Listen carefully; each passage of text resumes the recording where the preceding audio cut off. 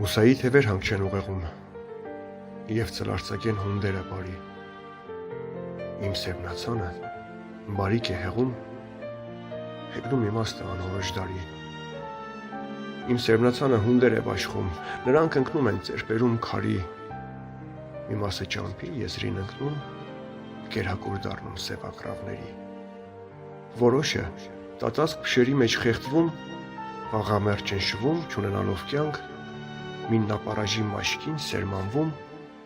անարմատ ծլում ու խանձվում արագ։ Սակայն ընկնելով հոգու մեջ պարարտ, պտուղ են տալիս և ծլարծակում, մին տասնապատիկ, 50-100 հատ,